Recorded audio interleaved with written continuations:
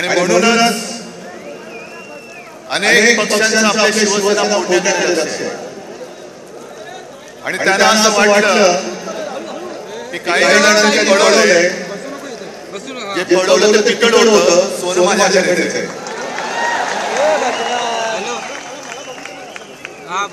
आता करून मी आजूबाजूला पाहत होतो, वाघाचं कातडं पांघरलेल्या लांडग्याची गोष्ट आपल्याला माहिती आहे, पण बाळासाहेबांची भगवी शाल पांघरणाऱ्या गाढवाचं चित्र मी पहिल्यांदा पाहिलं. गाढवाची किती शाली टाका, आणि जसा संजयरावने उल्लेख केला, आमिषानं जोड्याच्या फार मारणारे गाढव, जाऊ द्या त्यांचे जनता पण मारणारे दिवस काही लांब नाहीये. आज मुद्दाम ही सभा हा मेळावा अनेक जण सांगत होते की कसा घेणार, म्हटलं जसा नेहमी घेतो तसाच घेणार, आणि आजपर्यंत एवढा मोठा मेळावा झाला त्यापेक्षा मोठा मेळावा होणार. मला माहिती सगळीकडे चिखल झालेला आहे, याचं कारण कमळाबाई.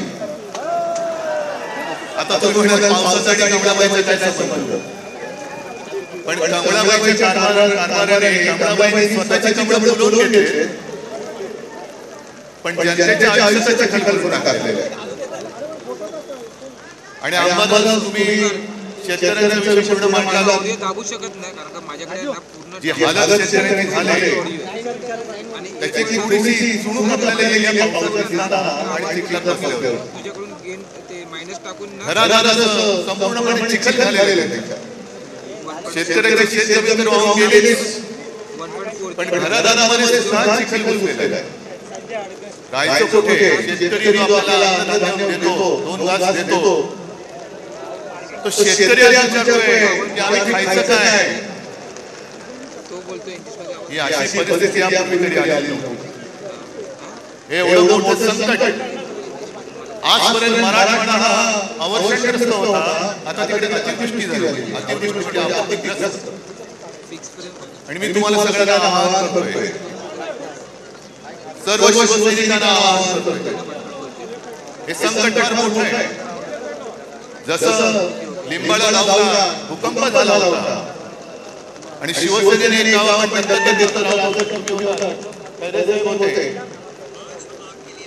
आपण अर्थात आपल्याकडे सरकार नाही, पण जी काय करता येईल ती फुलाची पाकळी ही मराठवाड्याच्या शेतकऱ्यांसाठी, नागरिकांसाठी ठेवू. अगदी मोठी बाग नाही तरी काही